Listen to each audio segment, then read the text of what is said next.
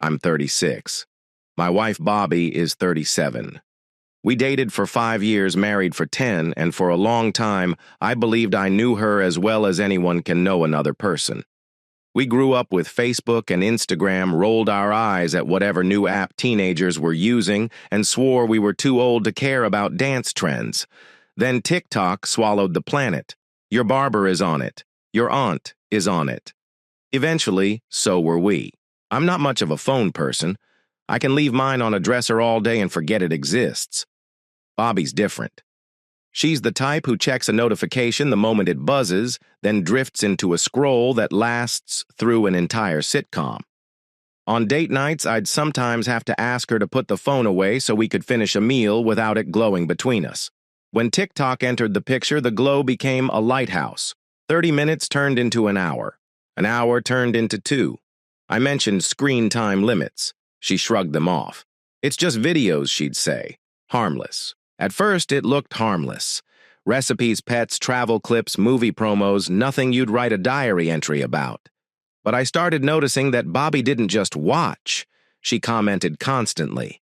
If a clip crossed my For You page after it crossed hers, her username was almost always there near the top, dropping a reaction, a joke, an emoji. It felt like she was signposting herself across the app, leaving little pieces of her day under strangers' videos. One night after a long shift and a quiet dinner, I scrolled to a press tour interview for a big movie. 2 famous leads and overeager host standard marketing fare. Beneath it, pinned by the algorithm because the commenter was someone I followed, sat Bobby's account. Her words hit me in the face. I'm married, but I just need one chance, trailed by a row of excited faces. A few replies laughed along. A few told her to delete it. One pointed out that her profile photo included me, my face right there, while she typed like I didn't exist. I wish I could say I brushed it off. I didn't. It wasn't about being threatened by an actor we would never meet. It was the way she wrote it, like being married was just a punchline to make the joke land, like our vows were a prop. I kept scrolling, hoping it was a one-off, an attempt at humor that had missed the mark. A fan edit of that same actor popped up next. There was Bobby again, hearts in the eyes. It wasn't obscene, it was just careless. And the carelessness stung. I asked her about it that night as calmly as I could. She looked confused at first, then a little annoyed like I'd interrupted a show. I explained what I'd seen and how it made me feel embarrassed mostly. She said she was obviously joking and that everyone knows people say wild things online. I told her the internet may forget, but we still had to live with each other in the real world. She sighed, tossed out a quick, "Sorry if it bothered you," and tried to change the subject. The apology sounded like someone tapping a sign to make it stop squeaking. I wasn't satisfied. I told her plainly that I would never post something like I'm married, but give me a chance under a celebrity's video, and that if I did, she wouldn't be okay with it either. She opened her mouth like she wanted to claim she'd shrug it off, then closed it. I said, "Sorry," she repeated, flatter than before. I slept on the couch. Not because I wanted to start a war, but because I know the difference between cooling off and pretending nothing happened. In the morning, I tried again from a less raw place. I told her this wasn't about insecurity or control. It was about respect. Think whatever you want about famous people, but don't turn our marriage into a joke for strangers. She nodded, said she understood, and we moved on. At least I thought we had. 3 weeks later, a friend texted me a screenshot in the middle of the day. It was a clip of a guy cooking one of those quick, flashy videos where the food looks too perfect for a Tuesday night. The top comment was the predictable, "He's handsome." Beneath it, Bobby had replied with an enthusiastic emoji and a couldn't agree more. My friend didn't add much. He just wrote dude. He'd been divorced twice. His bias was obvious. But even if you discount the messenger, the message was right there on the screen. That evening, I brought it up again and again. She acted like I was overthinking. "It's just the internet," she said. "It's not like I'm meeting these people." She rolled her eyes at the idea that an online comment could be a problem, and for a minute I almost let it go. Almost.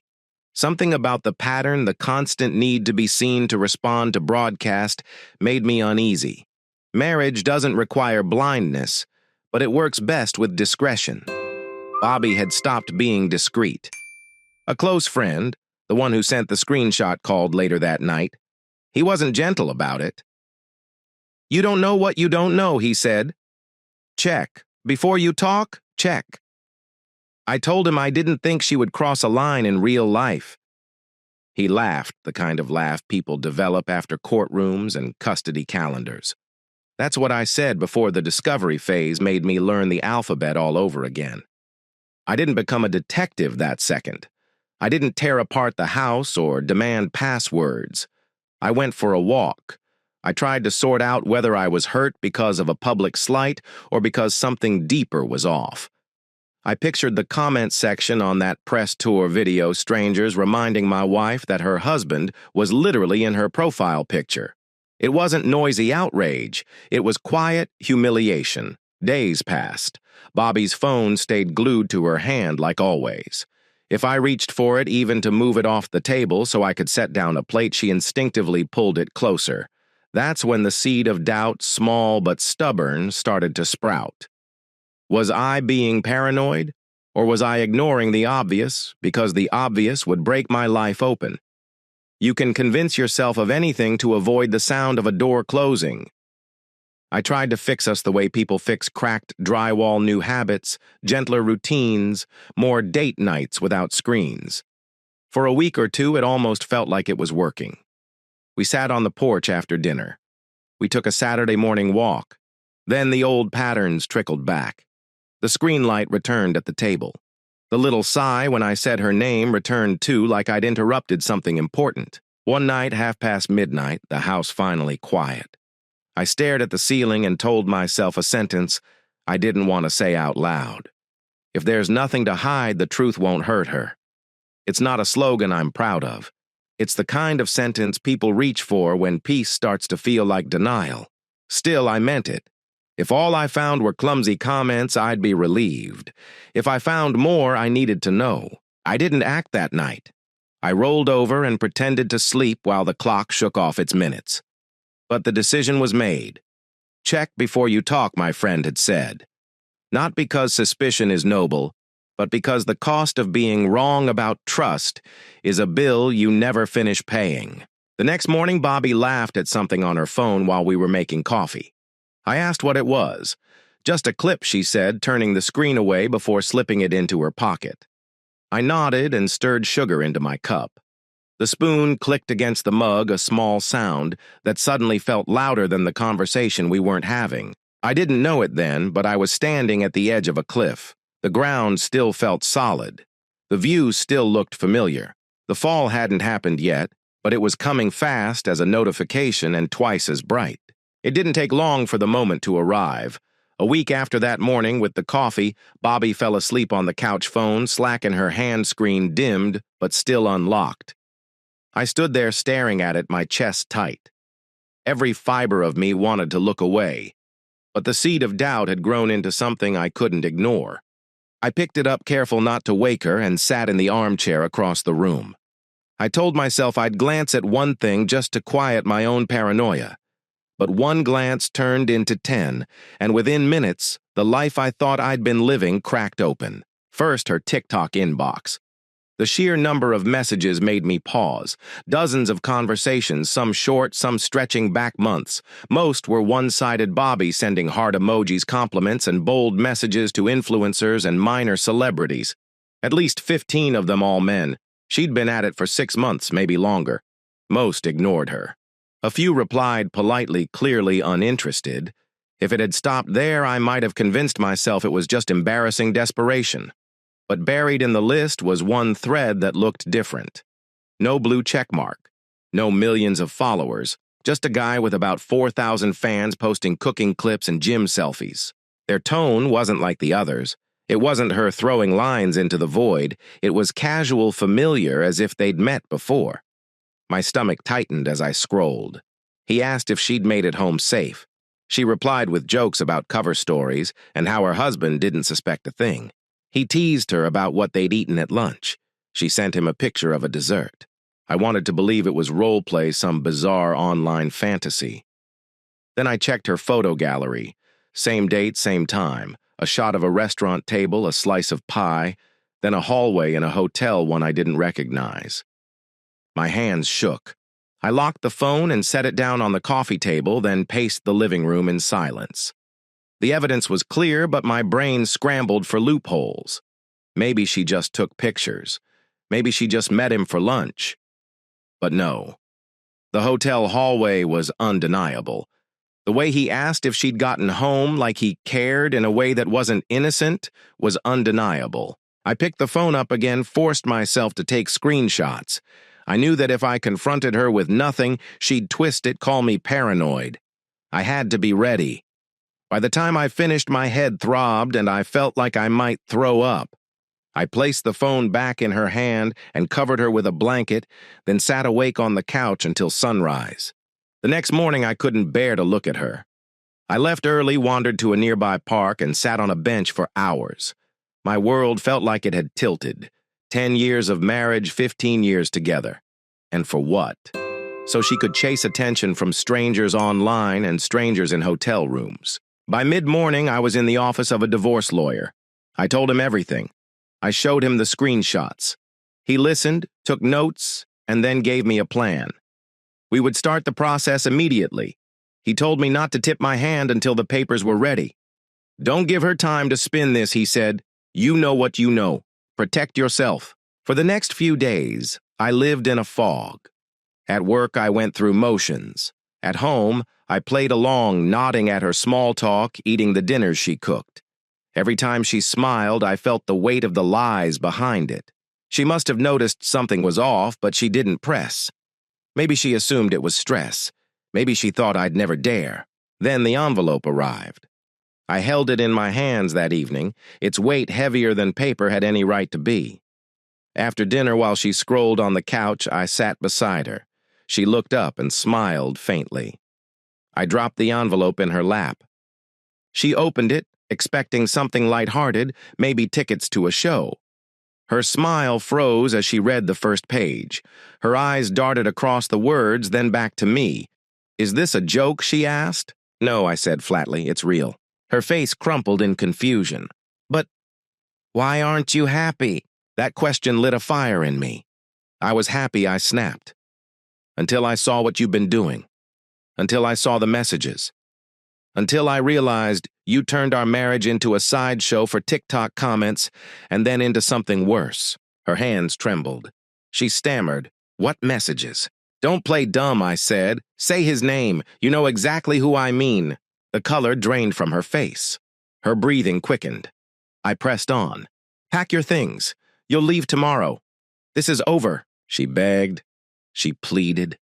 Can't we talk about it? Can't we work through it? I shook my head. You don't work through cheating. You ended this, not me. That night she cried herself to sleep, but I didn't comfort her. I stayed in the guest room, staring at the ceiling, steadying myself for what came next.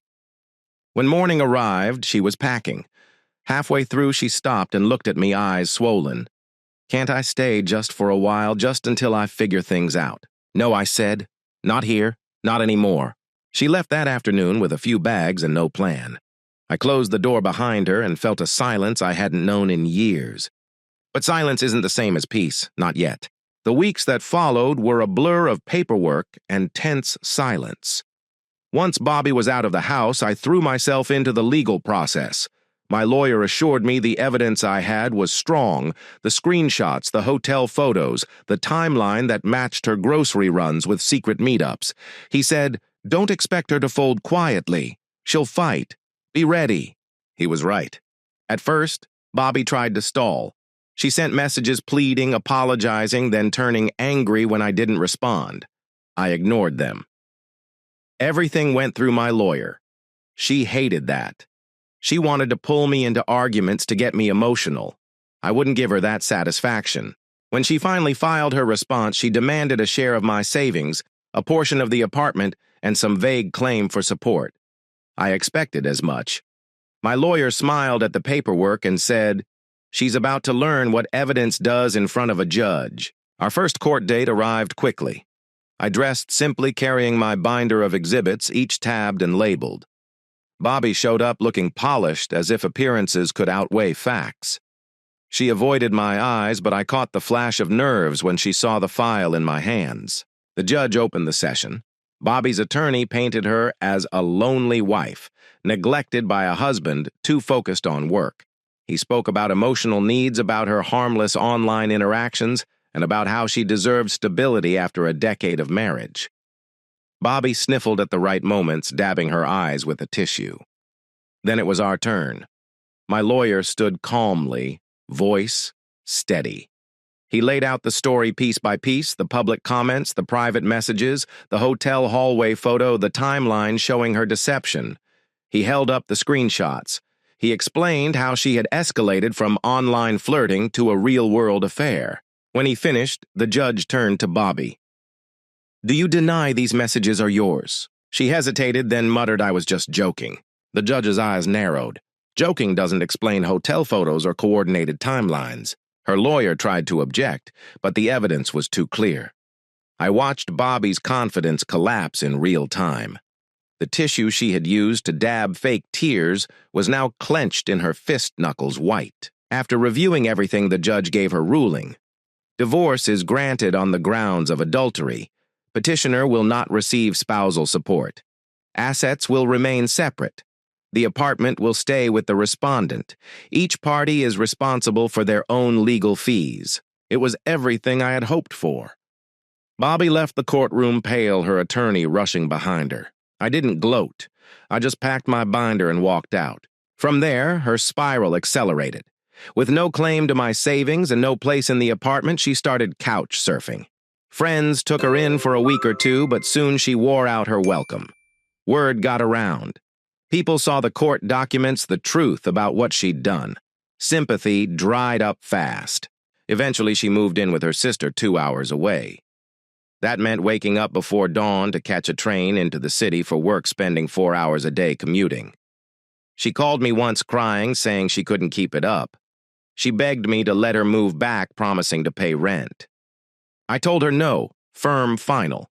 She snapped, then accusing me of being cold, saying I was treating her like trash. I answered simply, "You made your choices. Now you're living with them." After that, I blocked her number. Weeks later, I learned she had quit her job in the city and taken a lower-paying one near her sister's place. She hated it. She had loved her old job, but she couldn't sustain the commute. Now she was stuck in a place she didn't want to be doing work she didn't enjoy. Me, I stayed in the apartment. I paid the bills on my own. Life wasn't glamorous, but it was stable and it was honest. Every time I sat on the couch at night, I felt the difference. No phone light in my face. No secret laughter over messages I wasn't allowed to see. Just quiet. Bobby had wanted attention from strangers more than commitment to a marriage. And in the end, she got exactly what she chased: strangers who gave her nothing lasting, and a marriage that crumbled. I didn't ruin her life. She did. I just stopped protecting her from the consequences. That's the thing about betrayal in the digital age. Your mistakes leave a trail, and once someone follows it, there's no covering it up. I had followed the trail, and I had walked away free. Here's the next story. I used to think I understood Caroline because she told me everything: the wild years, the bad choices, the dramatic exit from med school to spite her father. She didn't hide her past. She delivered it like a confession wrapped in a redemption arc.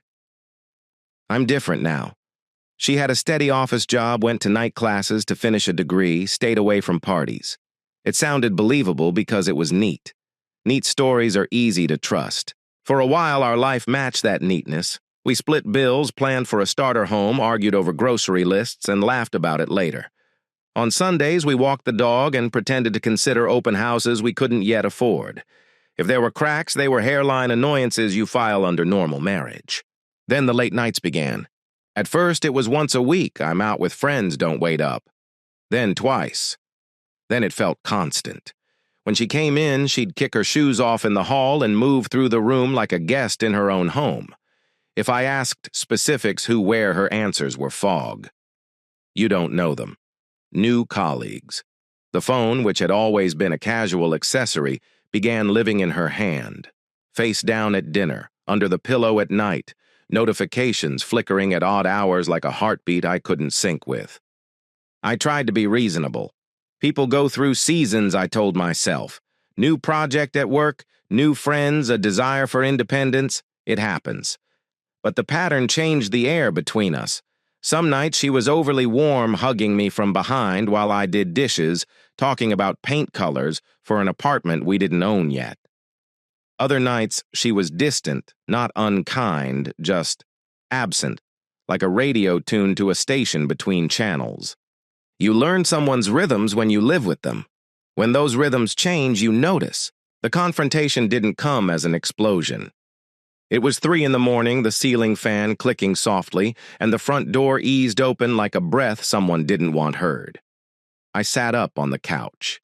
The room smelled like cold air and bar soap. She froze when she saw me, keys half out of her hand. "Where were you?" I asked. No yelling. Just a question balanced on too little sleep. "With friends," she said, and wouldn't quite meet my eyes. "What friends?" I pressed. "The ones who never show up in photos, who never have last names." Her mouth tensed, but she kept the smile, the careful, polite one people use at work. "Victor, you're being dramatic." "I'm being specific," I said, "because you're being vague." She sighed and sat down as if her bones had turned heavy. "I'm not hiding anything. I'm just figuring stuff out." I stared at her. "Figuring out what? You're not a teenager. If you're avoiding me, say you're avoiding me. If you're unhappy, say you're unhappy." Her shoulders dropped. For a second, I saw the version of her from our early days, unguarded human. "It's not you," she said. "I feel like I haven't become the person I said I would be. I'm scared of disappointing you." I wanted to believe that. It was plausible, and plausibility can pass for truth when you're tired. I told her we could handle fear better than silence, that a text helps, that respect is built from small things done on time. She nodded, apologized, promised to be clearer. We went to bed with a truce that looked like progress. The next 2 weeks were better on the surface. She sent check-ins. We cooked together. Then the old patterns seeped back in through the floorboards. The phone returned to her hand like a boomerang. My questions started feeling like pop quizzes she hadn't studied for.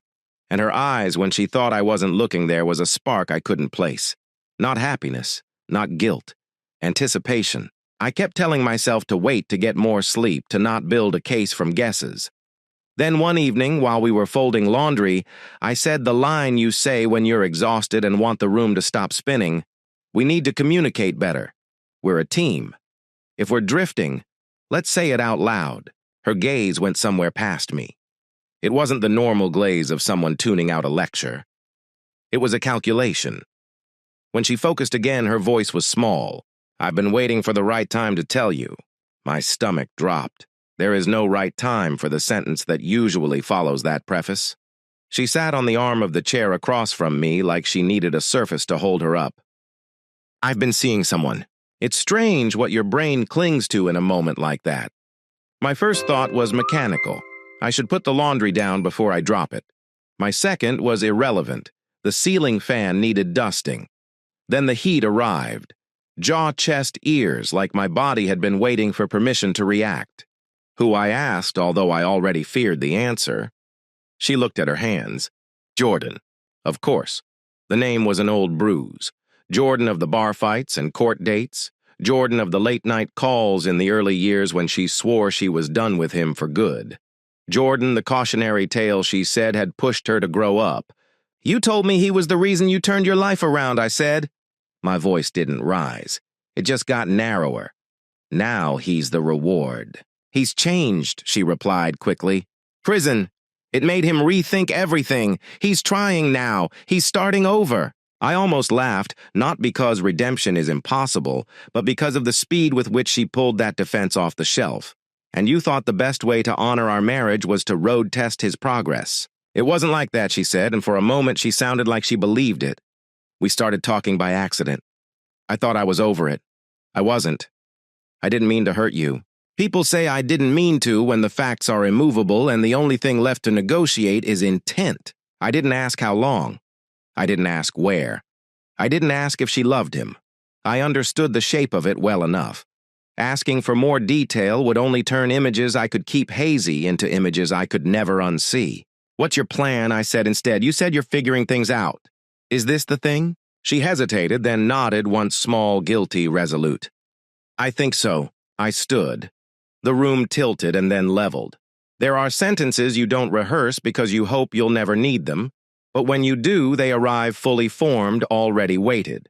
"You can't stay here." It hit her like cold water. Tonight, she asked as if the timeline were the part in question. "Tonight," I said. "I won't share a home with someone who has chosen someone else. I won't pretend this is fixable just because I'm polite." The quiet that followed wasn't empty. It was full of the dog shifting on the rug of the neighbor's music, bleeding through the wall of two people, realizing the map of their lives had just been redrawn without warning. She packed slowly, moving from room to room like a traveler in a museum dedicated to a life she was done with. She tried small explanations. "I didn't plan it. I thought I could control it. I didn't want to disappoint you." I didn't answer, not because I wanted to punish her with silence, but because the language of explanation had expired. There is a point past which words stop being bridges and become smoke. Through the window, I saw Jordan's car pull up. He didn't come to the door. He didn't offer to carry a box. He sat in the driver's seat engine, running eyes on his phone. When she lifted the last load, our eyes met by accident. For a fraction of a second, we were the older version of ourselves, two people who had promised something and believed it. Then the moment passed. She walked out. The door clicked shut. The house didn't feel like a home that night. It felt like an exhibit couch here, table there, absence everywhere. I lay on the living room floor and watched the ceiling fan trace its same old path. I didn't call anyone. I couldn't stand the thought of absorbing their shock on top of my own. 2 days later, I called my family.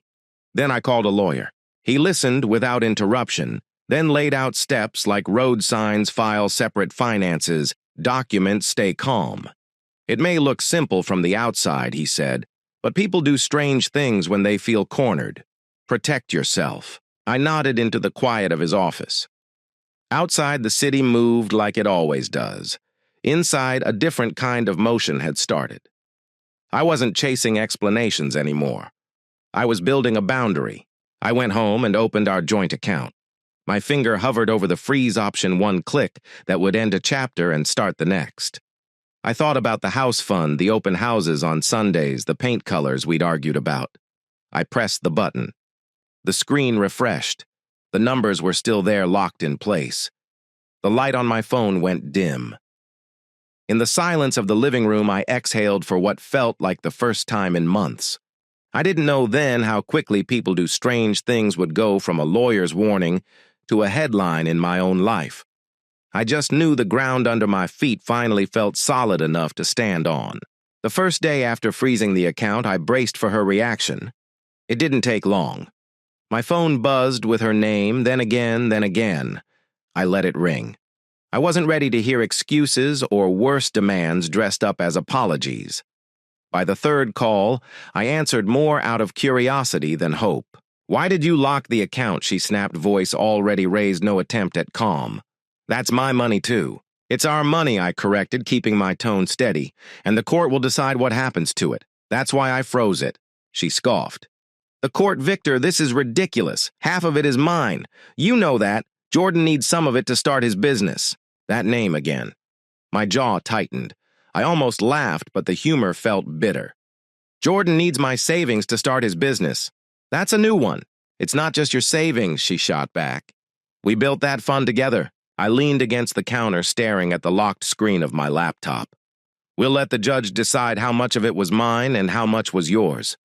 Until then, it stays frozen." She shrieked something about sabotage before hanging up. I set the phone down and tried not to imagine what kind of business plan Jordan had cooked up using my house fund as seed money. Over the next few days, the calls multiplied. Different numbers blocked IDs, even texts from mutual friends trying to play messenger. "Caroline says you're being unfair. Can't you just talk it out?" I told them all the same thing. This isn't up for negotiation. The more she pushed, the calmer I became. It was a strange kind of power, denying her the chaos she wanted. When the divorce finally wrapped, the outcome was clear. The court awarded me 60% of the savings, her 40%. The math reflected contributions and circumstances. I didn't gloat, but I felt relief. It wasn't revenge, it was fairness. She didn't see it that way. "You cheated me," she hissed over the phone the day the judgment came down. "You and your lawyer plotted this." "Caroline," I said, voice flat, "you got exactly what the court ruled. Nothing more, nothing less." She screamed, cursed, accused me of ruining her life.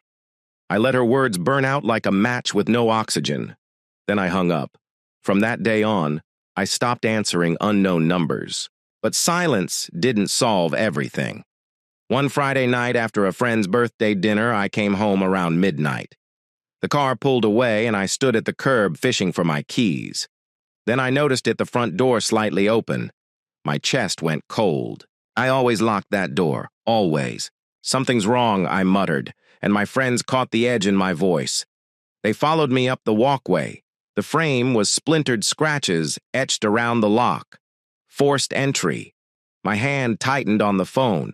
I called the police before I even set foot inside. We waited outside, pacing under the porch light until the patrol cars rolled up. Officers swept the house, then waved me in to confirm what was missing. I walked through each room, heart pounding, expecting ransacked drawers, overturned furniture. But the living room was untouched, the kitchen exactly as I'd left it, bedrooms the same. It didn't make sense until I reached my home office. The corner where the safe had stood was empty. For a moment I just stared, as if the outline of its absence might explain itself. The bookshelves were untouched, the desk neat, the printer humming faintly in sleep mode. But the safe, that heavy two-person lift of a safe, was gone. "They went straight for it," one officer said quietly. "They knew what they were after. Of course they did." My mind leapt immediately to the only people who could have known. Caroline. I said, my throat dry. She knew exactly where it was. And Jordan. He knows now. The officer jotted notes, eyes narrowing at the names. Why would they know what was in it? Because she lived here. She knew everything I kept there. Documents, heirlooms, even my crypto wallet backup. And Jordan, well, let's just say he's not exactly known for honest work. The officer nodded slowly, writing more. I could see suspicion forming in real time. They told me they'd follow up, that they'd check in with both Caroline and Jordan. I signed the statement, thanked them, and watched them drive off into the night. Inside, the house no longer felt like mine. The new lock the emergency locksmith installed clinked too softly. The walls held a kind of echo, as though they knew someone had violated their trust, too. I packed a bag and slept on a friend's couch, unwilling to spend a night alone in that space. The next morning, my phone buzzed with another blocked number. I let it ring out, then blocked it too. Somewhere I knew Caroline was still calling, still scheming. And deep down, I knew this wasn't finished. Because people like her and men like Jordan don't stop at mistakes. They escalate. And they had just proven how far they were willing to go. "Victor, this is Detective Hayes. We've got an update on your case." His tone was professional, but I could hear a trace of amusement behind it, like he couldn't quite believe what he was about to say. I tightened my grip on the phone. "Go on." "We sent a unit to check on Jordan and your ex-wife. He answered through a crack in the door. Real nervous, wouldn't open up. Denied everything, said he didn't know anything about a break-in." Hayes paused. "But then your ex came out. And well, she wasn't exactly sober." I let out a dry laugh. Of course she wasn't. She stumbled out into view, yelling at us for bothering them. That's when officers noticed a large safe in the hallway, half covered by a blanket. Not the most subtle hiding spot. "I nearly dropped my coffee. They just left it in the open," pretty much Hayes said. Scratches on the door keypad damaged. They claimed they found it on the side of the road and were going to return it later. His voice was flat with disbelief. I pressed my fingers against my forehead. A blanket and a bad excuse.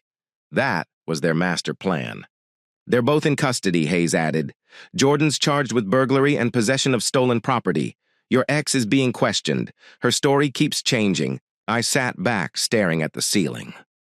Relief washed over me, mixed with something darker and almost grim satisfaction. They hadn't just betrayed me. They'd humiliated themselves with their incompetence. That evening, I went to the station to identify the safe. The officers rolled it out, scuffed and dented, but still intact. I entered the code, my new code, the one Caroline didn't know. The door opened smoothly. My documents, my watch, even the emergency cash, all still there. For the first time in weeks, I felt like I'd taken something back. "You want to press charges?" an officer asked. "Yes," I said firmly, "every charge available." A few days later, Hayes called again. His voice carried the satisfaction of a man who'd seen a messy puzzle finally click into place. "Jordan talked," he said. "Sang like a canary, said it was all your ex-wife's idea. She gave him the old code. When it didn't work, they panicked, hauled the whole safe out together." I could picture it, the two of them stumbling down my front walk, wrestling a heavy metal box into Jordan's beat-up car. A criminal duo out of a bad comedy too short-sighted to realize they'd doomed themselves the second they touched that safe. "She's being charged now, too," Hayes continued. "Aiding and abetting possession of stolen property conspiracy. With Jordan's record, he's looking at serious time. Your ex, she'll face plenty herself." I thanked him and hung up, sitting in silence for a long time. I'd thought the divorce was the end. I thought freezing the account and signing the papers had closed the chapter. But Caroline hadn't been content with 40%. She wanted more. And instead of working, instead of moving on, she'd dragged herself deeper into ruin. Part of me was angry at the break-in, at the violation of my home. But another part of me felt a strange closure. I hadn't chased revenge. I hadn't set a trap. I'd just protected myself, waited, and let them reveal themselves. And now Caroline and Jordan weren't partners in some fantasy romance. They were co-defendants. That night, I slept in my own bed for the first time since the break-in. The house still felt scarred, but safer somehow. Safer because I knew the truth was no longer hidden. Caroline had chosen her path. Jordan had dragged her further down it, and I was finally fully free. Court days always feel colder no matter the season. When I walked into that courthouse, I carried no illusions about what was coming. Caroline sat on the other side, hair tied back, trying to look respectable, while Jordan wore the same smugness that probably landed him in prison the first time. But this time, they weren't here as a happy couple. They were here as co-defendants. The prosecutor wasted no time laying it out.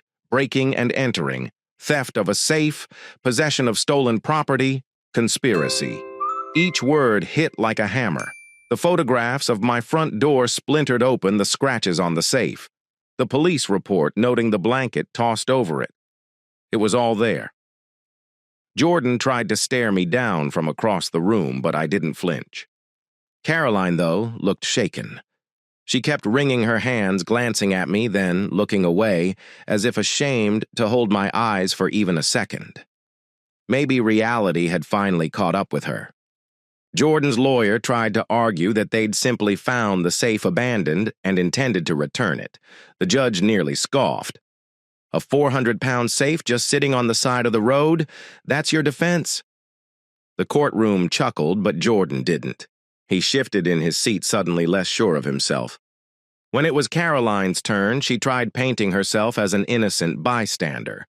She claimed she hadn't known what Jordan planned, that she was shocked when the safe appeared. But the prosecutor brought out the text messages, her telling Jordan the old code, her urging him to make it quick. Her face went pale. That was the moment it sank in for me. She'd crossed a line so far there was no coming back. Not just cheating, not just betrayal, but crime. Real crime with consequences she couldn't flirt or argue her way out of. Jordan cracked first. Facing parole violation, another felony, and a long sentence, he started talking. He admitted she was the one who pushed for the plan, the one who wanted to get back what was hers. He claimed he only went along because he loved her. The irony was sharp love turned into the very knife that cut them both down. When the judge read the preliminary findings, it was brutal. Jordan would remain in custody without bail.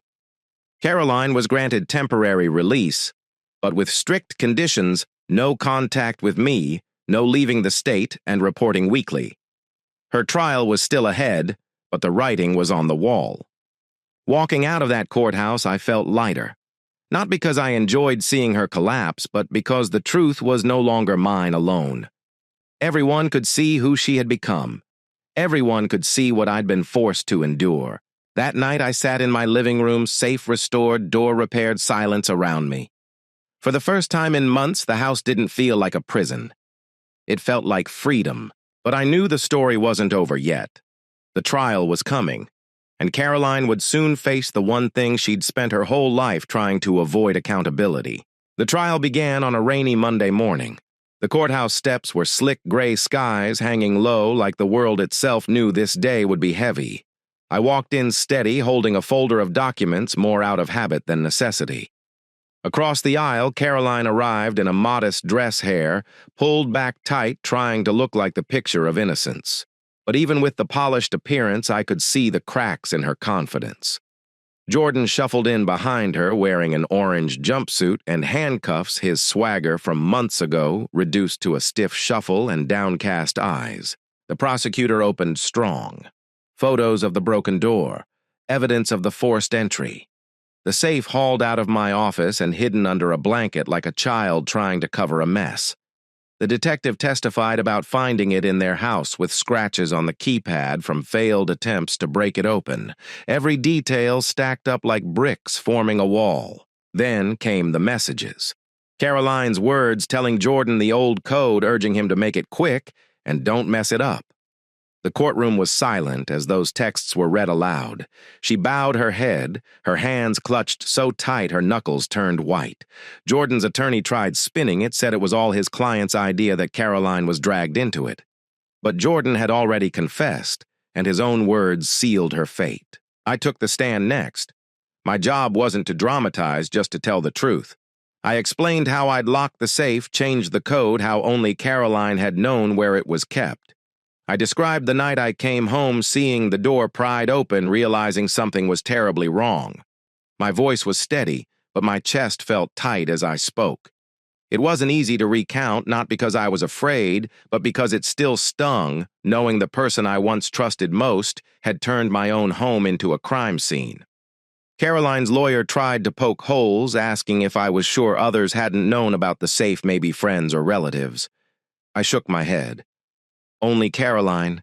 She was my wife. She knew everything. The jury didn't need to hear more. They could see the betrayal in plain sight. When Caroline testified, it was painful to watch. She cried, voice trembling, saying she was confused and pressured. She claimed Jordan manipulated her, that she didn't realize what she was doing. But the texts told another story. The prosecutor pressed hard. If you didn't realize what you were doing, why did you tell him the code? Why did you plan it? Caroline stammered, reaching for excuses that sounded thinner with every word. By the end of the week, the jury had no doubt. Jordan was found guilty on all charges: burglary, possession of stolen property, parole violation. Caroline was found guilty of aiding and abetting conspiracy and possession. The judge's voice echoed in the silent room. Jordan faced years in prison, possibly a decade. Caroline, while spared the harshest sentence, was still facing time behind bars. I sat there listening, and for the first time in years, I felt like the scales had finally balanced. They had tried to strip me of everything, but in the end, they stripped themselves of their freedom. As the bailiff led Jordan away, he glanced at me, eyes full of rage, as if I were the reason his life was ruined. But I didn't flinch. He ruined his own life long before I ever entered the picture. Caroline's gaze lingered on me longer. There was no rage in her eyes, just regret, heavy and raw. She mouthed something, maybe an apology, maybe a plea, but I turned away. Whatever she had to say, it was too late. When I walked out of that courthouse, the rain had stopped. The clouds were breaking apart, a hint of sunlight slipping through. It felt symbolic, like the storm had finally passed. But I knew one thing: closure wasn't about what happened to them. Closure was about what I chose to do with my life now that they were gone. And for the first time in a long time, the future felt open again. The weeks after the break-in passed in a blur. My house felt different even after the locksmith had reinforced the front door and I'd rearranged some of the furniture. It wasn't about locks or cameras anymore. It was about trust and how quickly it could be shattered. Every morning I'd walk past the spot where the safe had once sat, and for a moment I'd feel that same knot in my chest. They had tried to rip out more than metal. They tried to strip away my peace. But as much as it stung, there was a strange comfort in knowing the safe was back battered but intact, with every important document, heirloom, and hard drive still where I had left it. It almost felt symbolic what was mine had been attacked, but it had survived. Just like me. The police kept me updated. Detective Hayes, who had been on the case from the start, called me a couple of times a week. At first it was about the obvious details, the recovery of the safe, Jordan's arrest, Caroline's questioning. But soon it turned into something bigger. Jordan, the same man Caroline had chosen over me, had been on parole. Burglary, assault, a long list of priors. Breaking into my home and trying to steal my safe wasn't just another crime. It was a violation of his parole, which meant he was facing a much harsher punishment. Hayes told me almost casually that Jordan's cooperation had come faster than they expected. The moment he realized how deep the hole was, he started talking. And when Jordan talked, he didn't hold back. According to the detective, Jordan admitted it had been Caroline's idea all along. She knew about the safe. She knew what was inside. She told him the code, convinced that I hadn't changed it since we were married. But she was wrong. I had changed it months earlier, right after the divorce was finalized. That tiny decision, one I barely remembered making, ended up being the wall that stopped them. Jordan told the officers that when the code didn't work, Caroline panicked. Instead of leaving the safe behind, she insisted they take the whole thing. He admitted it took both of them to drag it out of the house and wedge it into his car. The image of the two of them struggling with it almost made me laugh. Two people who had betrayed me, sweating and cursing as they tried to haul away something they never should have touched. But the comedy of it ended quickly. What Jordan confessed next turned the whole thing darker. He claimed Caroline was obsessed with the money I had kept in cash inside the safe, along with documents for my crypto accounts. In her mind, it wasn't just a theft, it was payback. She thought the divorce settlement hadn't been fair. According to him, she said more than once that she deserved what was in there. She convinced him that the safe was her way of reclaiming what she thought was hers. I'll admit, when Hayes told me this, I had to sit down. It's one thing to be cheated on. It's another to be lied to and manipulated. But to know that the woman I once trusted more than anyone else had plotted to rob me, that hit different. It was like seeing the last mask come off, revealing just how far she'd fallen. Caroline wasn't arrested immediately. The police wanted to make sure their case was airtight. But with Jordan's statement, the safe found in their house, and the scratches on the lock proving they'd tried to break into it, her fate was sealed. Within weeks, she was formally charged with burglary, possession of stolen property, and conspiracy.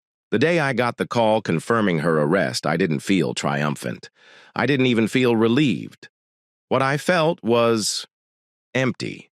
Here was the woman I had once planned to build a life with, now being led away in handcuffs. All the good memories we'd once shared felt tainted, rewritten by the reality of who she really was. But if Caroline thought the worst was behind her, she was wrong. Because Jordan, desperate to save himself from the longest sentence possible, kept singing. He told investigators it was Caroline who suggested the plan. Caroline who knew exactly what was in the safe. Caroline who gave him the code. He painted her as the mastermind while casting himself as the sidekick, just following along. I can still remember Hayes chuckling grimly on the phone as he explained it to me.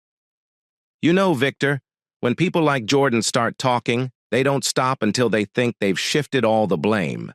And in this case, he dumped every ounce of it onto her. Hearing that should have given me satisfaction. Instead, it just left me shaking my head. She had chosen him.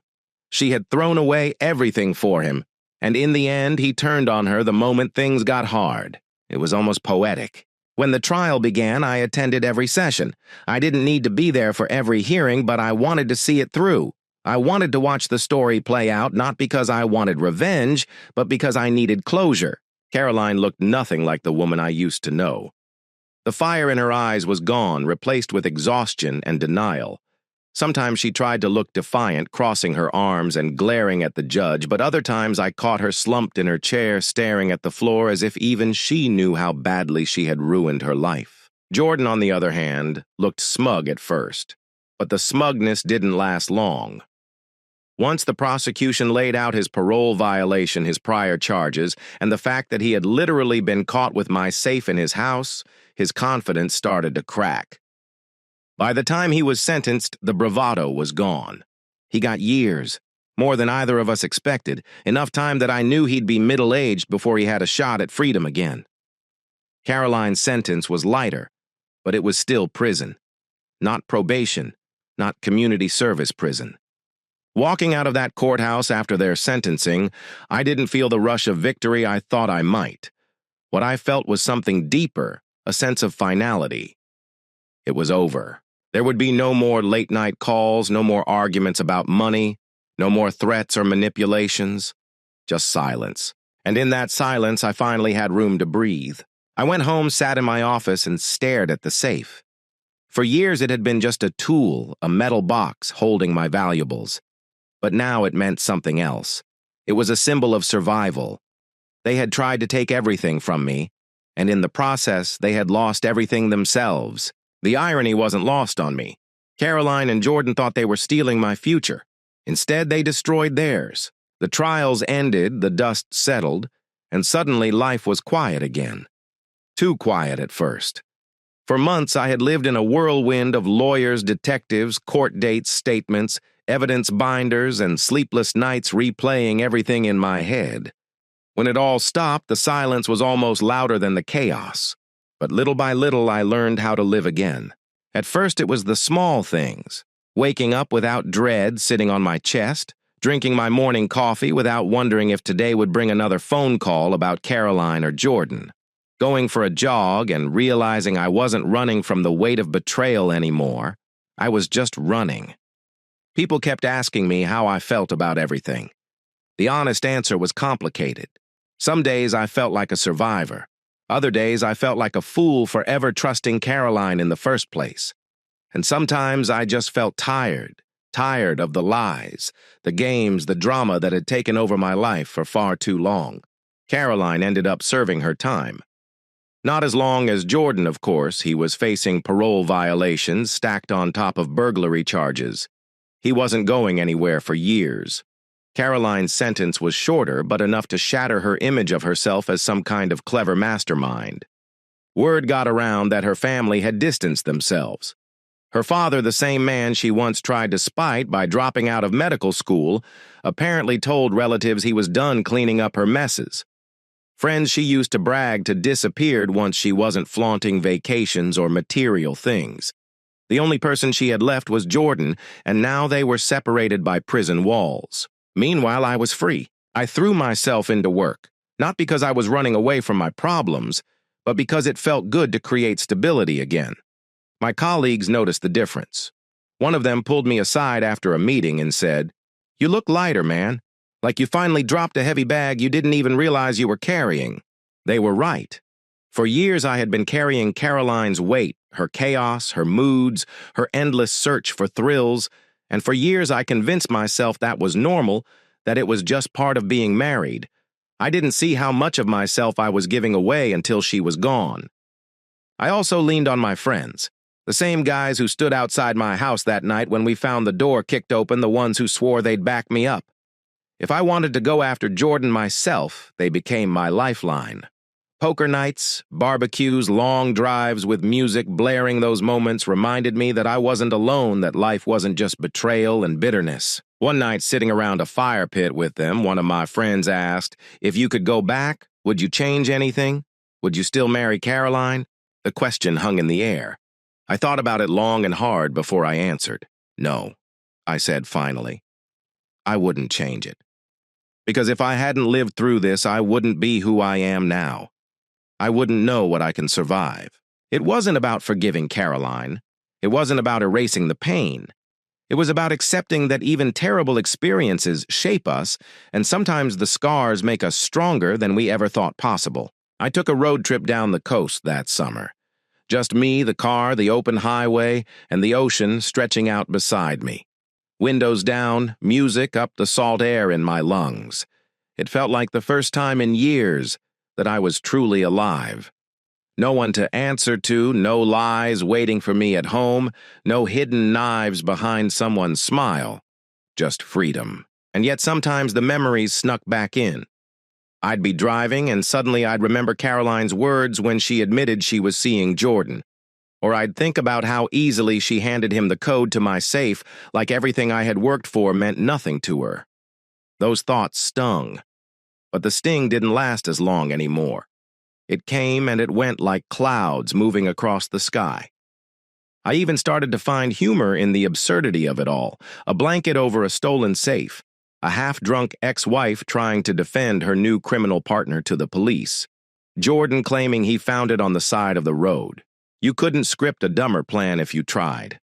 Sometimes I laughed out loud thinking about it, realizing just how ridiculous the two of them looked, trying to play Bonnie and Clyde and failing spectacularly. But the deeper lesson stuck with me. People show you who they are eventually. Caroline showed me that she would rather chase chaos than build a life. Jordan showed me that he would never outgrow being a criminal. And I showed myself that I could walk through betrayal, loss, and even danger and come out stronger on the other side. I won't pretend I've figured everything out. There are still days when anger flickers.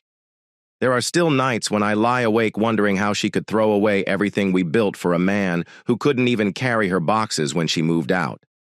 But those moments don't own me anymore. Because the truth is, they didn't ruin me. They ruined themselves. Carolyn traded a stable marriage and a future for the thrill of running back to a man with a rap sheet. Jordan traded his second chance at freedom for another prison sentence. Together, they thought they were clever enough to rob me. Instead, they robbed themselves of their freedom, their reputations, and their futures. And me, I walked away. With my safe back, with my dignity intact, and with a stronger sense of who I am than ever before. If you asked me now what the best revenge is, I'd say it's not screaming. It's not fighting. It's not even getting even. The best revenge is peace. It's silence. It's moving forward with your head high while the people who wronged you collapse under the weight of their own choices. That's what I'm doing now. Living. Laughing, building a life that has nothing to do with Caroline, nothing to do with Jordan, nothing to do with betrayal or crime. Just me standing tall, moving forward. Sometimes being boring, predictable, and prepared isn't a weakness. Sometimes it's the sharpest weapon you can have. Caroline and Jordan learned that the hard way. And me, I'm finally free. Thank you for listening to today's stories. If you enjoyed listening, please like and subscribe if you haven't done so already. Also, leave a comment below to share your thoughts on what happened. Take care.